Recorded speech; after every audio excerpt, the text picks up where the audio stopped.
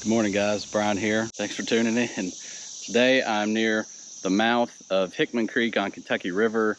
This is a very historic spot in Kentucky's history. Hickman Creek flowed out into the Kentucky River here behind me, and it created a natural ford from all the sediment that built up, and settlers were able to cross the Kentucky River. This is one of the few spots that they could actually ford the river in this area to get to Harrodsburg or Danville. And Daniel Boone said that this was one of his favorite spots. So we're out here, we're gonna check the area out.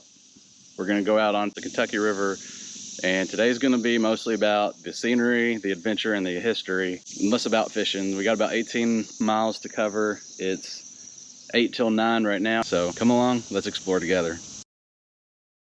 A branch of the Wilderness Road crossed here, and in 1785 it became home to only the second ferry in all of Kentucky. Before the war, it was known as Fitchport, a busy landing where tobacco left for New Orleans, and where Kentucky's very first steamboat was built and launched.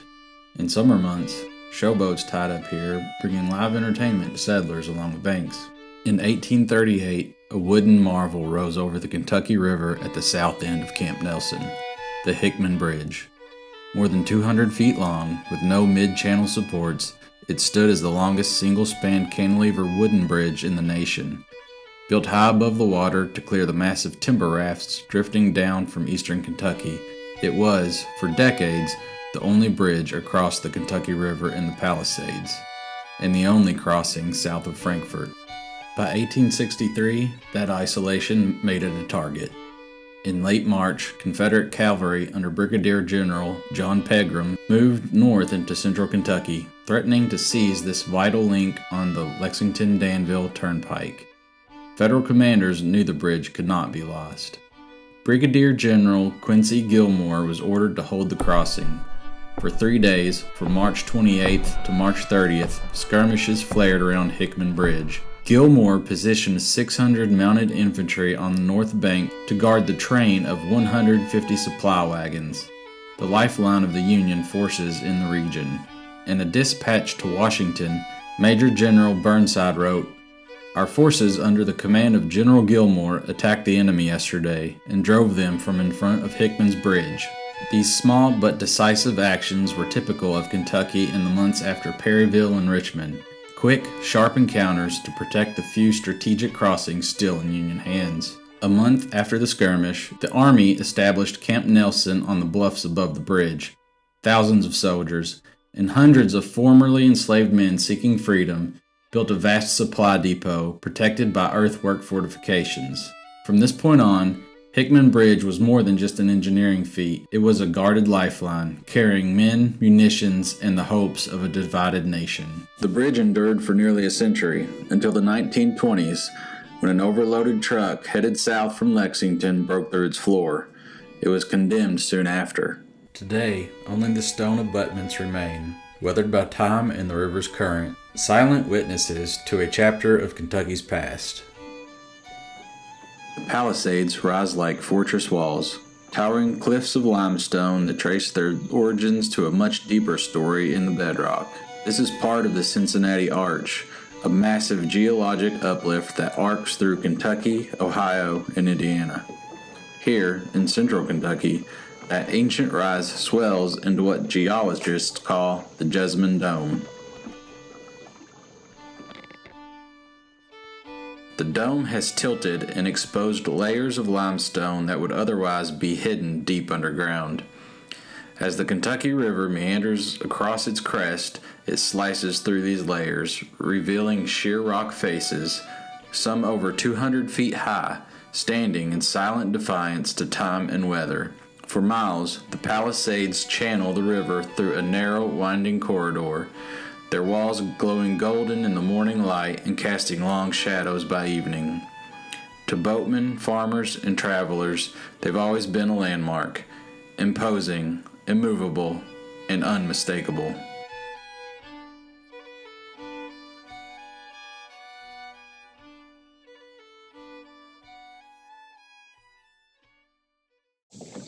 That's pretty cool, I guess, literally. Beneath the shallow of the Palisades, the Kentucky River has always been more than a ribbon of water.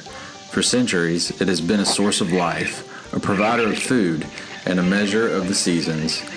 Native people fished these waters long before the first settlers arrived, taking bass, catfish, and freshwater drum from its depths.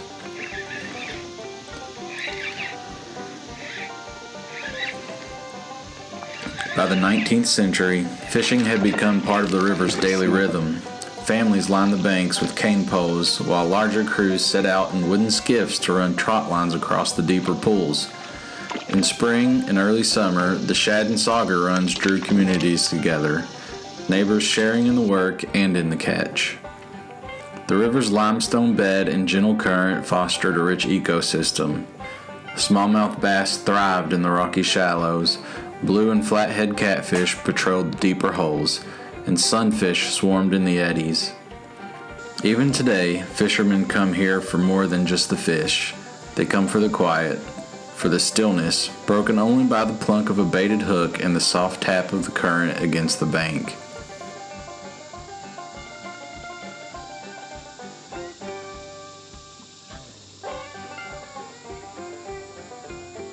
All right, we're about near the edge of the Tom Dorman Nature Preserve here behind me. There's a little creek that flows in, but it's got this cool little rock peninsula that you saw, and I'm gonna do a little bit of fishing here and hang out, maybe grab a snack, definitely hydrate. It's supposed to get up into the 90s today. I don't think it's quite there yet, but it is warming up. And on a long trip like this, you definitely want to make sure you hydrate. I've got water with some electrolytes mixed into it to make sure I'm getting everything I need out here, so we'll see what happens.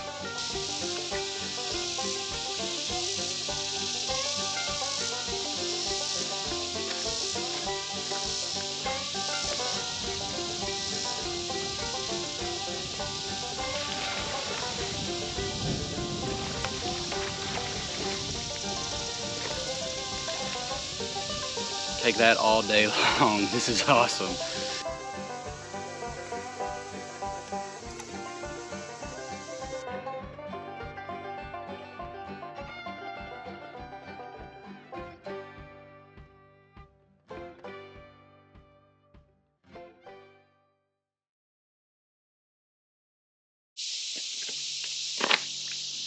Heck yeah, brother. I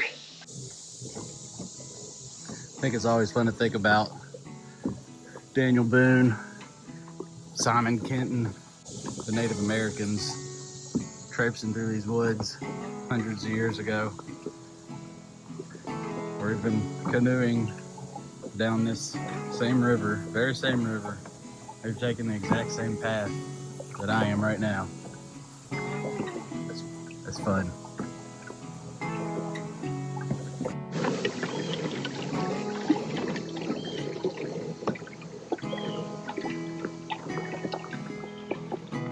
Just out here in my plastic pedal drive kayak, just like the Native Americans and Daniel Boone used to do it. Oh yeah.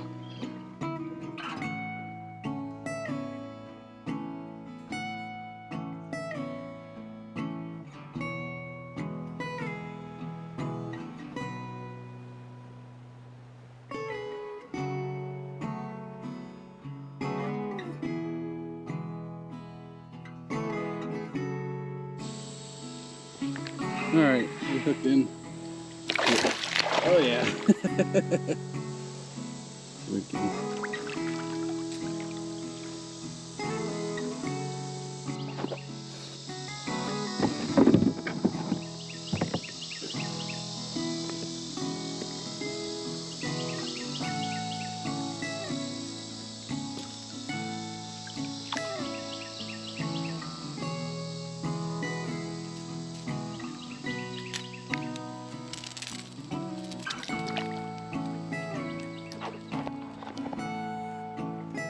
Landmarks, like memories, leave their mark on the land and on the people who pass them by. The bridges, the palisades, the quiet bends of the Kentucky River, each has been captured in ink and photograph, pressed into history books, and preserved on postcards that traveled far beyond these banks.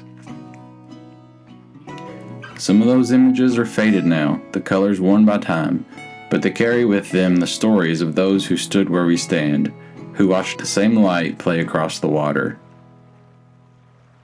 Downstream from the mouth of the Dix River, steel soars high above the Kentucky River.